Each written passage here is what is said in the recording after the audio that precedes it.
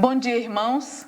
Estamos aqui mais uma vez juntos, eu aqui, os irmãos aí nos seus lares, para aprendermos da palavra de Deus, para aprendermos mais do Senhor, para nos edificarmos mutuamente em Cristo. Hoje teremos um momento bom de adoração e eu espero que possamos compreender um pouco mais daquilo que Deus quer para nós. Vamos orar. Senhor, nosso Deus e Pai, nós te agradecemos, Pai, porque o Senhor nos dá o privilégio de, mesmo em um momento em que o nosso país, em que o mundo, de uma forma geral, passa por tanta dor, por problemas, nós podemos, Senhor, glorificar o Teu nome, nós podemos estudar a Tua palavra, nós podemos Te conhecer mais, Senhor, nós podemos, mais do que nunca, perceber o quanto Tu és grande, o quanto Tu és Senhor de todas as coisas, o quanto nós dependemos de Ti. Muito obrigada, Deus, pela Tua mão poderosa sobre as nossas cabeças. Muito obrigada, Deus, porque o Senhor cuida de nós. Muito obrigada, Deus, porque o Senhor levantou lugares, pessoas, Senhor, lugares onde nós podemos nos reunir, pessoas com as quais nós podemos aprender, para juntos, Senhor, nos edificarmos mutuamente. Nós agradecemos por esta igreja, nós agradecemos, Senhor, pelo nosso pastor, pela liderança desta igreja. Nós agradecemos porque o Senhor colocou pessoas para nos ensinar. Pai, muito obrigada pela Tua palavra. Pai, muito obrigada por aquilo que o Senhor tem nos ensinado. Pai, muito obrigada, porque o Senhor tem nos permitido Te conhecer cada vez mais. Nós oramos, Senhor, que aquilo que nós vamos falar nesta manhã seja aquilo que o Senhor quer que a Tua igreja ouça, seja, Senhor, não de nós mesmos, não para a nossa própria glória, mas que seja para a glória do Teu nome, mas que seja para o fortalecimento da Tua igreja, para a edificação dos santos. Usa-nos, Senhor, como um instrumento nas Tuas mãos. Em nome de Cristo, Teu Filho, nós oramos. Amém. Nessa série de estudos em nossa escola bíblica dominical, temos aprendido o tema Uma Vida Voltada para Deus. Esse tema tem como base a Bíblia, a palavra de Deus, a Bíblia Sagrada, e usamos também como suporte, como apoio, o livro do John Piper, com o mesmo título da nossa série, Uma Vida Voltada para Deus. Nos estudos anteriores, irmãos, nós aprendemos que estamos voltados para Deus quando glorificamos a Ele, quando exercitamos os nossos dons em determinação, também quando nós reconhecemos e propagamos a supremacia de Deus e quando nós ajudamos uns aos outros no tempo apropriado. Essas foram as formas que nós demonstramos o toque de Deus em nossas vidas, que a nossa vida está voltada para Deus e que temos estudado até agora. Hoje, nós vamos estudar que uma vida voltada para Deus é uma vida tocada por Ele, tocada por Deus. E eu gostaria de iniciar a nossa lição hoje lendo um texto que se encontra em 1 Samuel 10, os versos de 17 a 26. Se você ainda não pegou a sua Bíblia, por favor, corra, pegue a sua Bíblia, ela vai ser muito importante no estudo hoje, como em todos os estudos da Escola Bíblica Dominical. Como nós falamos há uns domingos atrás, pegue o seu caderno de anotações, pegue o seu lápis, a sua caneta, o seu lápis de marcar e faça as anotações, anote, marque, para que depois você possa relembrar aquilo que tem aprendido hoje. Isso é muito importante para nós fazermos. Então, 1 Samuel 10, 17 a 26, diz assim: Convocou Samuel o povo ao Senhor em Mispa e disse aos filhos de Israel: Assim diz o Senhor, Deus de Israel: Fiz subir a Israel do Egito e livrei-vos das mãos dos egípcios e das mãos de todos os reinos que vos oprimiam. Mas vós rejeitastes hoje a vosso Deus, que vos livrou de todos os vossos males e trabalho, e lhe disseste: Não, mas constituí um rei sobre nós. Agora, pois, ponde-vos perante o Senhor pelas vossas tribos e pelos vossos grupos de milhares. Tendo Samuel feito chegar todas as tribos, foi indicada, por sorte, a de Benjamim. Tendo feito chegar a tribo de Benjamim pelas suas famílias, foi indicada a família de Matri, e dela foi indicado Saul, filho de Quis. Mas, quando o procuraram, não podia ser encontrado. Então tornaram a perguntar ao Senhor se aquele homem vier ali. Respondeu o Senhor: está aí, escondido entre a bagagem. Correram e o tomaram dali. Estando ele no meio do povo, era o mais alto e sobressaía de todo o povo do ombro para cima.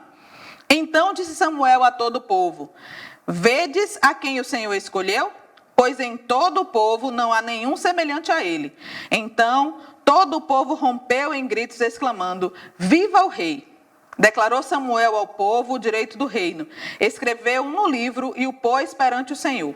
Então despediu Samuel todo o povo, cada um para a sua casa. Também Saul se foi para a sua casa a Gibeá, e foi com ele uma tropa de homens, cujo coração Deus tocara. Eu gostaria que nós pensássemos neste dia, nesta manhã de domingo, sobre esta última frase desse texto. Eu sei que esse texto tem todo um contexto que nós poderíamos estudar, mas o nosso foco hoje não é falar sobre a forma como o povo de Israel rejeitou a Deus e escolheu um rei à semelhança das outras culturas. O nosso foco de hoje não é falar sobre como Saul se escondeu e não atendeu de pronto ao chamado de Deus, mas nós queremos hoje falar, irmãos, sobre quando Deus toca o nosso coração, sobre como deve ser a vida daquele cujo coração Deus toca. Porque esses homens que seguiram Saul, o rei escolhido por Deus, foram homens cujo coração Deus tocava. Deus tocou. Eu gostaria de começar, irmãos, esse estudo de hoje pensando lá no início da criação, lá no Gênesis, no capítulo 1, porque desde aquele momento nós já vamos perceber que em relação à humanidade, Deus tem um tratamento diferente. Ele nos trata de uma maneira diferente do restante da criação. No capítulo 1, verso 1 de Gênesis, é um versículo muito conhecido por nós. Nós vamos ler o versículo 1 e o iniciozinho do versículo 2. No princípio criou Deus os céus e a terra era sem forma e vazia, e havia trevas sobre a face do abismo. Observe, irmãos, que nada existia, né? Nada existia no começo de tudo, somente Deus, que é eterno, ele não tem limite, ele não tem começo nem fim, somente Deus existia. Aqui eram só trevas e escuridão. Era, podemos dizer assim, o caos, né? Nada existia. E do caos, Deus criou todas as coisas. Em latim existe a expressão ex nihilo, que significa do nada. Deus criou do nada. E ele criou pela palavra. Ele criou pela palavra. Nesse primeiro capítulo de Gênesis, 8 vezes nós podemos ler a expressão disse Deus, ou disse também Deus, ou ainda também disse Deus. Elas estão nos versículos 3, 6, 9, 11, 14, 20, 24 e 26. Em todos esses textos, nós vamos ver a expressão: disse Deus, haja e houve. Disse Deus, apareça e apareceu. Disse Deus, ajuntem-se e se ajuntaram. Então, pela palavra de Deus, tudo foi formado.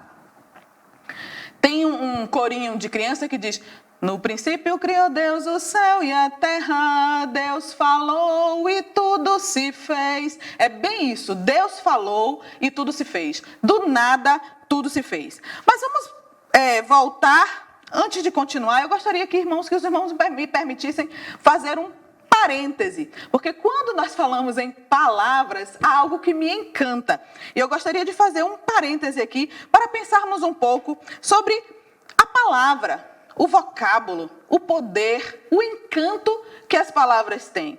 Eu particularmente gosto de algumas palavras. Eu gosto da palavra idiosincrasias. Ela tem uma sonoridade diferente, ela tem um movimento diferente, né? A palavra idiosincrasia significa uma particularidade de comportamento, algo que é peculiar ao indivíduo. Na língua portuguesa existe também a palavra saudade. Os irmãos sabiam que em nenhuma outra língua há uma palavra que tenha o mesmo significado? Não é que nas outras culturas não exista saudade. Existem saudade, mas eles não têm uma palavra que tenha esse mesmo significado. E o mar, né? Mar, uma palavra que traz em si toda a abrangência do seu conteúdo, do seu significado, significante e significado, se juntando e se mostrando e fazendo esse encanto que as palavras têm. O nosso Deus, ele também dava valor às palavras. A palavra é tão importante, irmãos, que há cerca de 4 anos, por exemplo, eu fiz uma pesquisa com estudantes do 7º ano da escola onde eu trabalhava. E foi uma pesquisa para a minha dissertação de mestrado, e eles escreveram as suas narrativas autobiográficas. Naquele tempo, eu descobri que não era tão importante se aquelas narrativas, se aquelas memórias eram a verdade absoluta, ou simplesmente as lembranças que aqueles meninos tinham ainda novos da sua infância anterior, da sua primeira infância. Mas o importante eram as suas impressões transformadas em palavras, transformadas em linguagem. Deus, então, dá grande importância à palavra. E nós podemos ver isso porque a palavra tem sido o meio mais importante para a propagação do Evangelho. Né? Além disso, Deus resolveu enviar a sua palavra viva. João 1,1 diz, no princípio era o verbo, o logos, a palavra, e ele estava com Deus e ele era Deus. Vamos ver lá, João capítulo 1, verso 1. Para sermos literais, no princípio era o verbo, em algumas traduções os irmãos vão ver, no princípio era a palavra, porque é o logos aqui, e o verbo estava com Deus e o verbo era Deus. Ele estava no princípio com Deus, todas as coisas foram feitas por intermédio dele, e sem ele nada do que foi feito se fez, e a gente volta para o que acabamos de ler, nós voltamos para o que acabamos de ler já em Gênesis capítulo 1. Deus, pela palavra, criou todas as coisas. E no verso 14... de João 1 diz, e o verbo se fez carne e habitou entre nós, cheio de graça e de verdade, e vimos a sua glória, glória como a do unigênito do Pai. Então, a palavra, o verbo de Deus se fez carne, habitou entre nós por 30 anos. E a sua palavra escrita, a Bíblia Sagrada, ela permanece entre nós. Deus nos permitiu ter um livro escrito, a sua carta escrita para nós, que já dura aí, o compêndio fechado, cerca de 2000 anos. E se nós levarmos em consideração o tempo que levou sendo escrito, sendo preparado, sendo formado esse compêndio, essa biblioteca, teríamos aí 3.600 anos, pelo menos, em que temos a palavra escrita de Deus para nós. Então, a palavra de Deus é muito importante, não podemos tirar o mérito. E foi a partir da palavra... E a gente pensa nisso, a palavra falada, a palavra, a Bíblia, a palavra, o verbo que se fez carne, que Deus criou o mundo. Mas, voltando então agora, se nós formos para o verso, fechando o nosso parêntese e voltando para Gênesis capítulo 1, verso 26, olhe bem, o verso começa com, também disse Deus. Mas observe que agora no verso 26 ele diz, também disse Deus, façamos o homem à nossa imagem. Agora, Deus não está mais ordenando a criatura que lhe obedeça, mas ele está em conversa com as outras pessoas da Trindade. Ele está num diálogo ali com as outras pessoas da Trindade e ele chama as outras pessoas da Trindade a uma obra. Diz, façamos o homem à nossa imagem, conforme a nossa semelhança. E aí, no capítulo 2, no verso 7, capítulo 2 e verso 7, diz assim, então formou o Senhor Deus ao homem do pó da terra e lhe soprou nas narinas o fôlego da vida, e o homem passou a ser alma vivente. Então aí agora, irmãos, eu sempre imaginei assim, eu não sei se literalmente Deus fez isso, mas a imagem que me vem à mente é de Deus pegando um punhado de barro no chão, como o oleiro faz com um vaso, e cuidadosamente modelando o bonequinho que se tornaria Adão. Então, eu não sei se Deus realmente fez assim como eu estou dizendo, mas o que eu sei é que ele formou, como está dizendo aí no versículo 7 do capítulo 2. O que a Bíblia diz é que ele formou. E esse verbo, que para nós é traduzido aqui como formou, no original, dizem os estudiosos, é algo que significa modelou, moldou, como uma obra de arte. Então, acredito que nós não estamos errados ao pensar que Deus realmente com suas mãos modelou, porque ele tocou, a ideia do toque, da intimidade, da pessoalidade. E por isso, irmãos, essa foi a primeira vez que Deus tocou o homem, né? Deus tocou, e aí no sentido de toda a humanidade, Deus tocou o ser humano, e Deus fez do homem a coroa da sua criação. Por que nós dizemos isso, né? Eu fui pesquisar. Existe um texto na Bíblia que diga que o homem é a coroa da criação?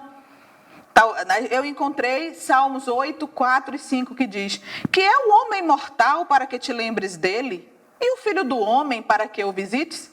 E aí diz no versículo 5: pois pouco menor o fizeste do que os anjos, e de glória e de honra o coroaste. Então, de toda a criação na terra, né, de toda a criação, se nós incluirmos os anjos nesse plano, os homens são um pouco menor, o ser humano, a humanidade é um pouco menor do que os anjos, e de honra o coroaste. Então, é por isso que dizemos que o homem é a coroa da criação, porque Deus colocou o homem numa posição de destaque. Ele diz no verso 26 do capítulo 1, tenha ele domínio sobre os peixes do mar, sobre as aves do céu, sobre os animais domésticos, sobre toda a terra e sobre todos os répteis que rastejam pela terra. Então, tenha ele domínio. No versículo 28 do capítulo 1 diz, Deus abençoou, ele diz, sede fecundos, multiplicai-vos, enchei a terra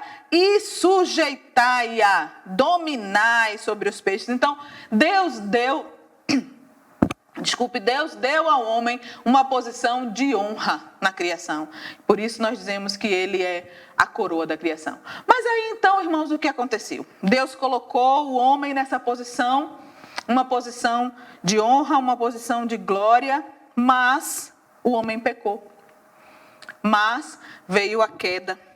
E a queda nos afastou de Deus, o nosso Criador. A queda nos afastou da intimidade, do toque, dessa pessoalidade com Deus. E agora, então, Deus planejou um outro jeito de nos reaproximarmos, de nos levarmos ao toque dele, né? De nos trazer para perto do Senhor. E essa forma foi enviar o seu Filho ao mundo, planejar, fazer o plano da redenção.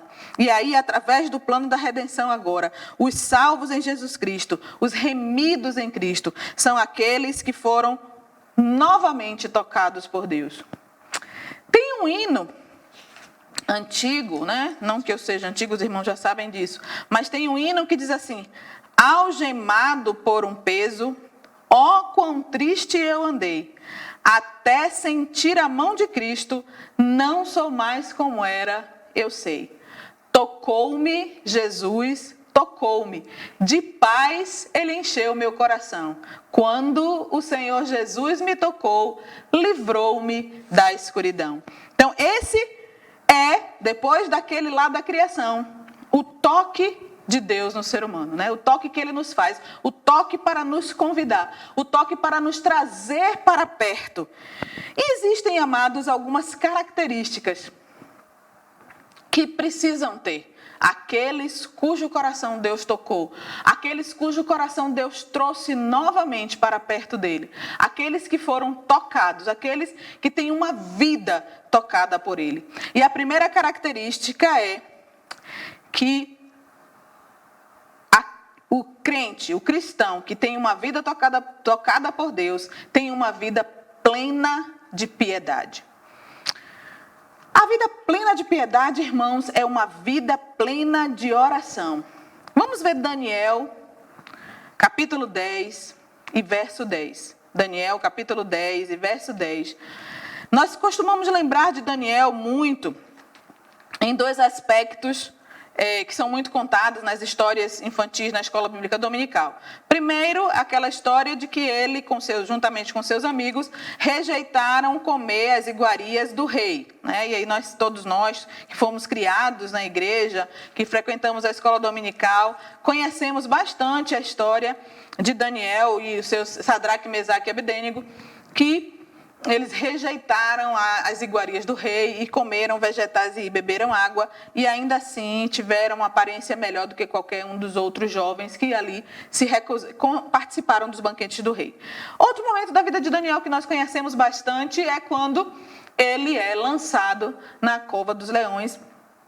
E nós até vamos falar um pouquinho sobre isso também. Mas eu gostaria de hoje falar com os irmãos sobre um texto em Daniel, capítulo 10, que assim, quem gosta de estudar escatologia também lembra muito de Daniel, porque nós temos as 70 semanas de Daniel, que nos ajudam a entender um pouco as coisas que ainda virão, né? E as profecias sobre a Roma, Babilônia, sobre as profecias sobre o fim do mundo, o anticristo. Tem muitas profecias no livro de Daniel. Então, quem gosta de escatologia certamente conhece mais Daniel do que esses 2 episódios que eu falei há pouco.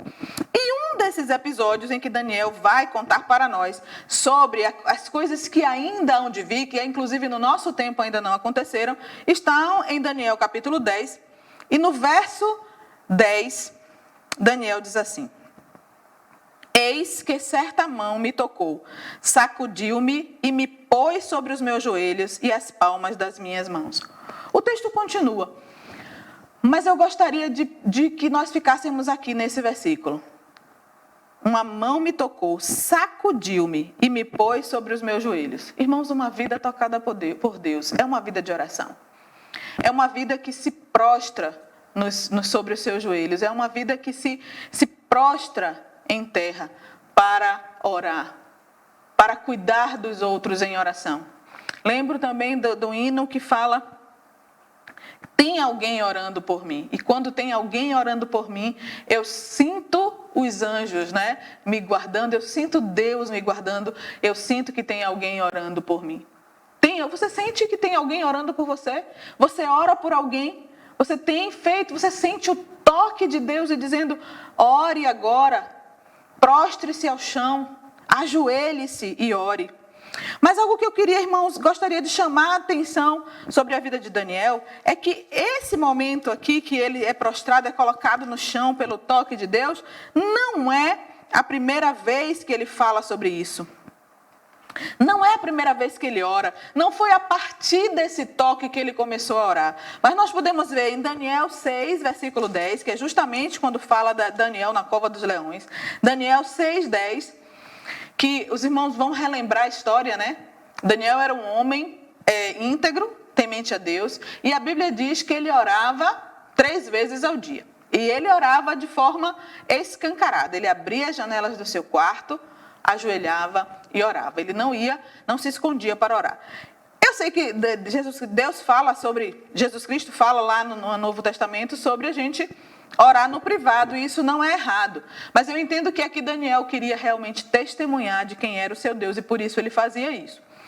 E nesse lugar, na Babilônia, onde eles viviam, que era um povo pagão, a figura do rei era uma figura adorada, né? E o rei era amigo o rei Dario era amigo de Daniel, gostava de Daniel. Daniel era uma pessoa que era honesta nos seus trabalhos. E os outros que eram sátrapas junto com Daniel, presidentes, né, pessoas grandes no governo, tinham inveja de Daniel, porque Daniel era reconhecido pelo rei, era amigo do rei. E eles queriam tirar Daniel dessa jogada aí. E eles sabiam que eles só tinham um meio de tirar Daniel dali, que era usando a fé de Daniel. Então eles armaram, foi uma armação mesmo. Eles foram para Dario, apelaram para o ego de Dario, porque eles não podia ser direto, eles não tinham nada contra Daniel, a não ser a fé de Daniel. E aí eles disseram: olha, rei, faz um decreto aí, faz um decreto que qualquer pessoa que adorar outro Deus que não seja o Senhor será jogado na cova dos leões.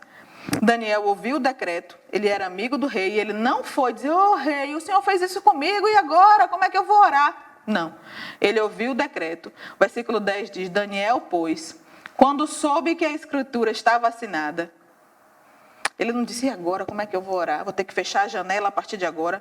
Poxa, amanhã eu vou falar com o rei. Isso não pode estar certo, não. Não foi isso que Daniel fez.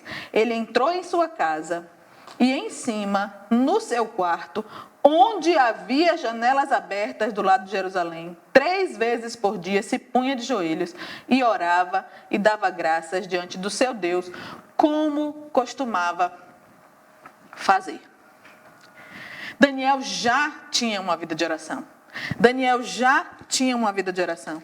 Em Daniel capítulo 9, verso 3, diz assim: voltei o rosto ao Senhor Deus, para o buscar com oração e súplicas, com jejum, pano de saco e cinza.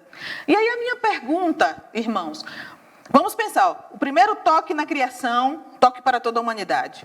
Um outro toque também para os salvos em Jesus Cristo. Tocou, me tirou da escuridão. Mas agora um toque especial. Um toque para uma determinada obra. Um toque para ser um profeta. Um toque para ver, para ter uma revelação de algo que estava para vir. Daniel teve uma revelação no capítulo 10, semelhante a que João teve na ilha de Patmos anos depois. Ele viu o próprio Cristo glorificado, o Cristo que nem tinha vindo à terra ainda, e Daniel viu. E é algo para a gente pensar. Daniel foi tocado e por isso teve uma vida de oração, ou Daniel teve uma vida de oração e por isso foi tocado? Então, irmãos, o toque de Deus para a salvação é para todos. E aí nós precisamos ter uma vida de oração. Porque então Deus nos tocará de forma especial para que nós façamos aquilo que Ele realmente quer de nós. Como Daniel fez aquilo que Deus queria dele. Uma vida voltada para Deus é uma vida que se prostra em oração. E é uma vida que Deus toca para que faça aquilo que Ele quer, para que faça a sua obra. Uma vida voltada para Deus é uma vida tocada, é uma vida que vive uma vida plena de piedade, na leitura e na meditação das Escrituras. Davi, o salmista Davi, tinha tanto prazer nas Escrituras, ele gostava tanto. Nós podemos ver inúmeros salmos que falam como Davi amava, né? Ó, quanto amo a sua lei, ele diz em vários textos. Ele diz, lâmpada para os meus pés é a tua palavra e luz para os seus caminhos. Ele fala no Salmo 1 que nós precisamos meditar nas Escrituras. E a gente entende que essa palavra meditar tem a ideia de ruminar, pensar, explorar, orar a Bíblia, né? Orar. Os irmãos já experimentaram fazer isso no seu devocional? Orar a Escritura? Ler um texto como em oração, como em poesia. Salmo 119, 131 diz: abro a boca e aspiro, porque anelo os teus mandamentos. Anelo os teus mandamentos. Anelar é desejar profundamente, é querer muito. E uma vida voltada para Deus, é uma vida tocada por Ele, uma vida que vive uma vida plena de leitura da palavra. John Wesley disse: sou uma criatura de um dia, sou um espírito que veio de Deus e retorna para Deus. Quero conhecer apenas uma coisa, o caminho para o céu. Deus mesmo condescendeu em me ensinar esse caminho. Ele o descreveu em um livro. Oh, deem-me esse livro, a qualquer preço. Deem-me o livro de Deus. Quero ser o homem de um único livro.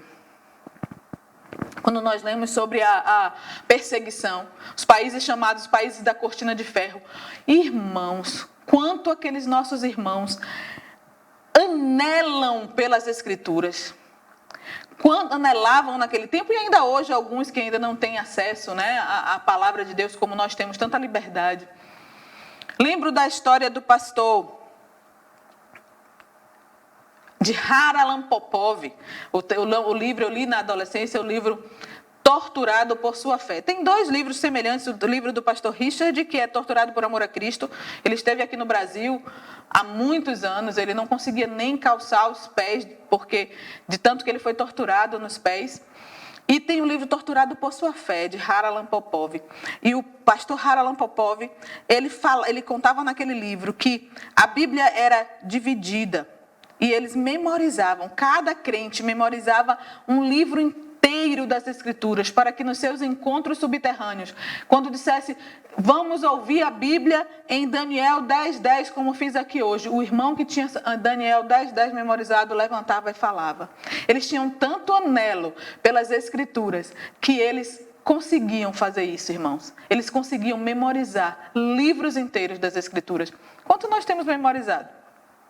Quanto nós temos usado da palavra? Quanto a palavra sai com liberdade da nossa boca, seja falando, seja cantando, seja vivendo uma vida plena de piedade na oração e na leitura da palavra. Uma vida tocada por Deus é uma vida que luta pela justiça. Mateus capítulo 5, no Sermão do Monte, versículo 6, o Senhor Jesus Cristo diz assim: bem-aventurados os que têm fome e sede de justiça, porque eles serão fartos. E aí, quando nós estudamos o Sermão do Monte aqui na Escola Dominical, nós falamos um pouco sobre esse texto. E nós aprendemos desde aquele dia que a justiça que Deus fala aqui nesse texto é uma justiça que tem 3 aspectos: o aspecto legal, o aspecto moral e o aspecto social. Eu quero tratar um pouquinho de cada um deles com os irmãos hoje. No aspecto legal, a Bíblia fala aqui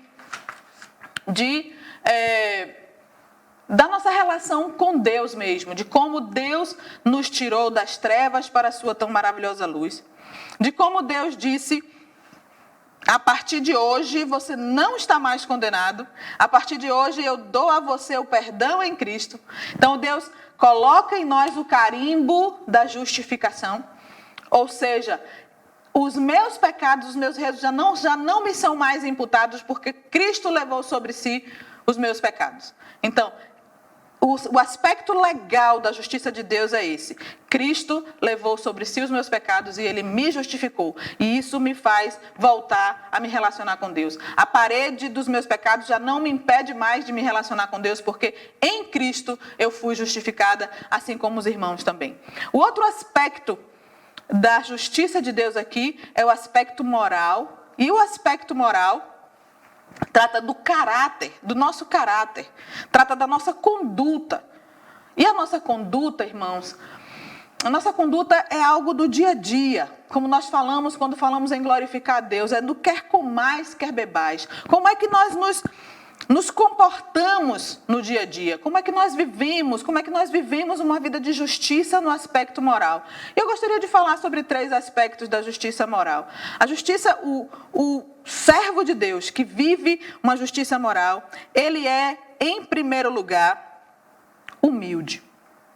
Na verdade, eu gostaria de falar aqui num aspecto negativo. Ele não é orgulhoso. O C.S. Lewis, no seu livro O Cristianismo Puro e Simples, ele fala que o orgulho é o pior de todos os pecados. O orgulho, na opinião dele, e eu concordo com ele, é a raiz para todos os demais pecados. Observe que Satanás, antes Lúcifer, o anjo de luz, por que Satanás quis ser igual a Deus, quis lutar contra Deus? Porque ele queria ser igual a Deus, ou melhor, ele queria ser maior do que Deus. Ele tinha o orgulho, ele não queria estar sob a autoridade de Deus, ele queria ser além daquilo que Deus, para o que ele foi criado. E assim o orgulho.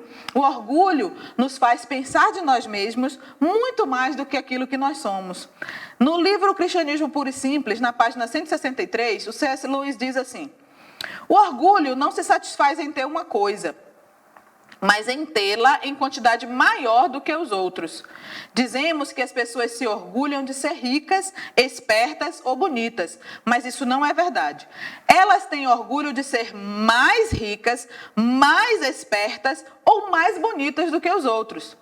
E aí vem o suprassumo: se todos fossem igualmente ricos ou inteligentes ou bonitos, não existiria motivo de orgulho. Então, a ideia do orgulho é a ideia da competitividade. Eu quero ser melhor do que o outro, eu quero ter mais, eu quero ser mais. E aí é a ideia E é isso que traz a raiz de todos os outros males. Eu minto porque eu tenho orgulho. Eu furto porque eu tenho orgulho.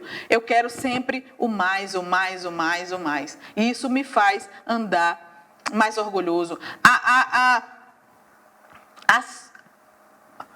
supervalorização, né, da autoestima, diz o Timothy Keller no livro Ego Transformado. Ele diz que no mundo de hoje há uma supervalorização da autoestima, né? Disse que quando um homem bate na mulher é porque ele tem a autoestima baixa. Uma pessoa age com violência porque a sua autoestima é baixa. Então, propaga-se a supervalorização do eu. Eu. E o Timothy Keller diz que o ego, ele é inflável, né? Quando eu estava lendo o livro, me lembrei de algo que não é muito agradável, que quando enche o ganso, né? Para fazer, esqueci o nome da comida agora, mas aquela comida que é bem cara e enche o estômago do ganso, enche. Então, me veio essa imagem à mente. O ego, ele é inflado. Pense num balão. Quanto mais você infla, ele fica mais fácil de ser furado, né? Então, o ego inflado, ele é frágil.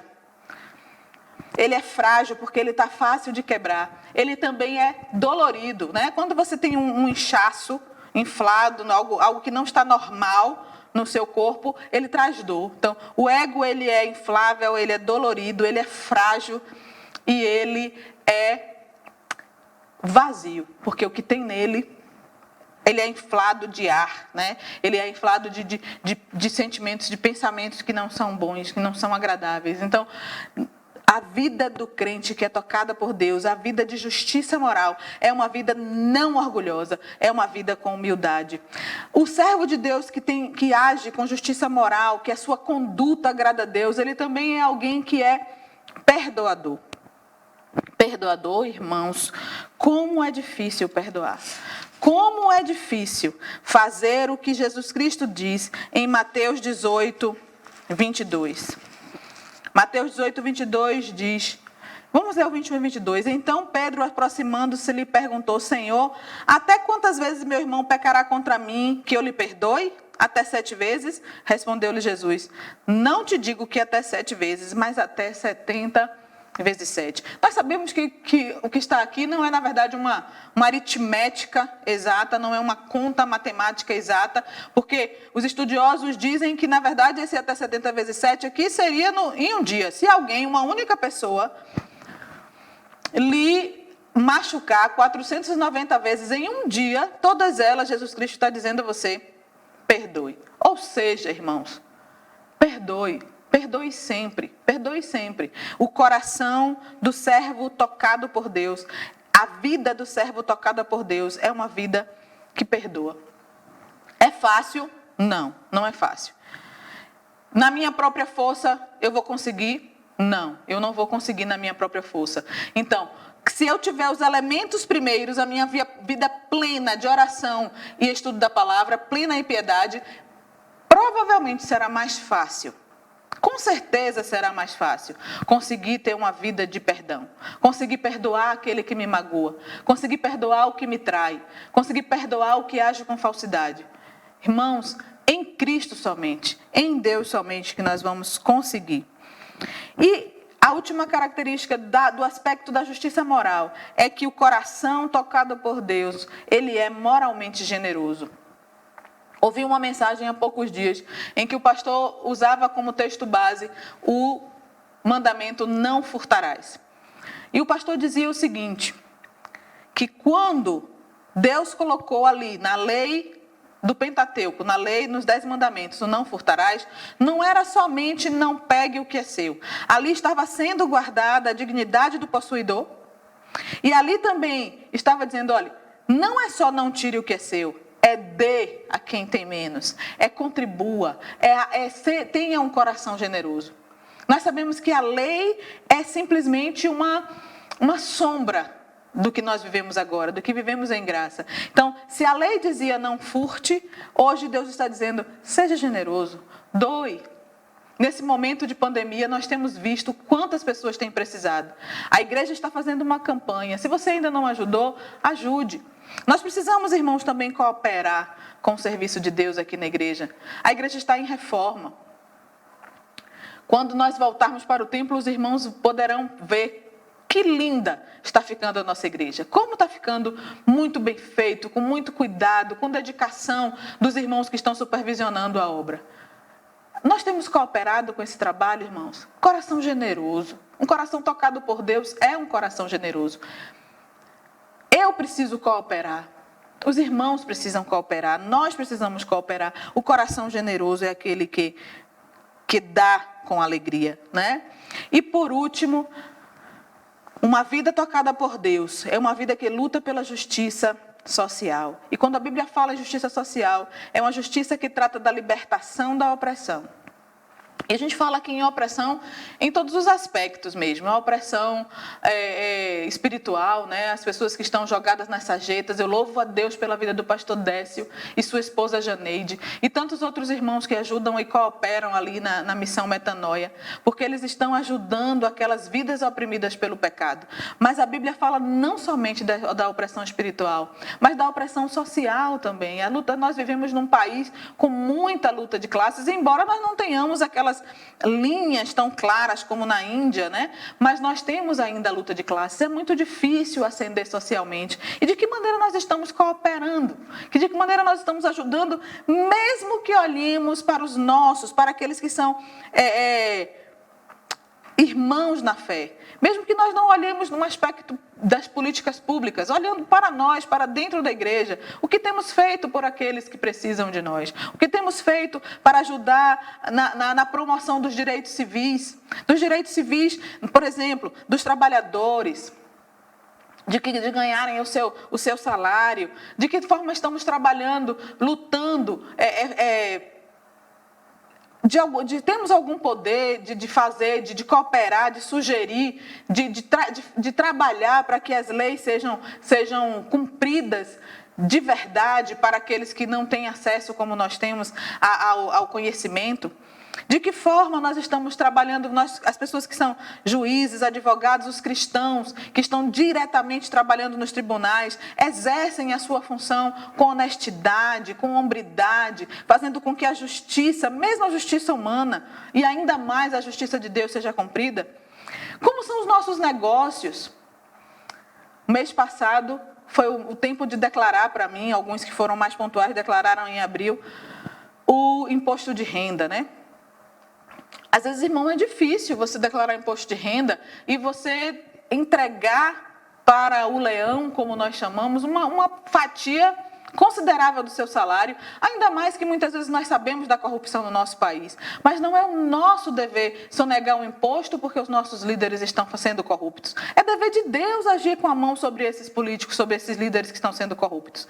É nosso dever ter honra nos negócios. É nosso dever cumprir e pagar os impostos. É nosso dever ter honra nos relacionamentos. Todos os relacionamentos, na família de forma especial. A Bíblia diz aos filhos: honra teu pai e tua mãe. Quantos pais idosos estão sendo deixados, largados por seus filhos? Não cuidam, não amam, não abraçam, não dizem eu te amo. Honra nos relacionamentos. Quantas crianças estão sendo negligenciadas por seus pais até nesse momento de pandemia? Você tem filho, você está cuidando da educação do seu filho? Eu sei que é difícil, mas é um momento singular. Então, há que você, pai, mãe, tios, quem seja que tenha uma criança por perto, cuide da educação dessa criança, sente com ela, ensine, criança, adolescente, jovem, dê um tempo, faça o seu melhor. Se o lugar que você vive não lhe dá uma condição excelente, faça o seu melhor. Deus vê o seu coração, mas faça o seu melhor. Honra nos relacionamentos. Se você tem um amigo, o seu namorado ou namorada, o seu cônjuge, honre. Não seja desleal, não seja infiel, não seja desonesto. Haja com honestidade. Nada melhor do que honestidade. E assim nós estaremos demonstrando as características de uma vida que recebe o toque do Senhor. Assim como aqueles homens lá que acompanharam Saul, eles foram tocados por Deus. Assim como Daniel, que foi tocado por Deus a ponto de se prostrar no chão. E Deus lhe deu uma revelação belíssima da glória de Cristo que ainda está por vir. O que nós queremos, irmãos? Como nós queremos ser? Nós queremos ser como aqueles outros que estavam lá com Daniel, quando ele fala lá no capítulo 10 que ninguém mais viu o que ele viu, embora provavelmente eram pessoas também israelitas que conheciam a Deus, ou nós queremos ser pessoas que vão receber a revelação que Daniel recebeu, né? Ninguém mais viu o que Daniel viu. Ninguém mais recebeu tal revelação de Deus naquela época, mas Daniel foi tocado por Deus. Daniel foi tocado de maneira singular. O que nós queremos? Como nós queremos viver? Uma vida comum, corriqueira? Ou nós queremos uma vida que Deus toca, mesmo que esse toque nos proste ao chão? Deus vai dizer, não temas. Uma vida voltada para Deus é uma vida tocada por Deus. Que o Senhor nos abençoe, que nós nos coloquemos à disposição do Senhor para termos a nossa vida tocada por Ele, mesmo que esse toque nos prostre no chão. Senhor Deus, muito obrigada. Muito obrigada pela Tua palavra que é viva e eficaz.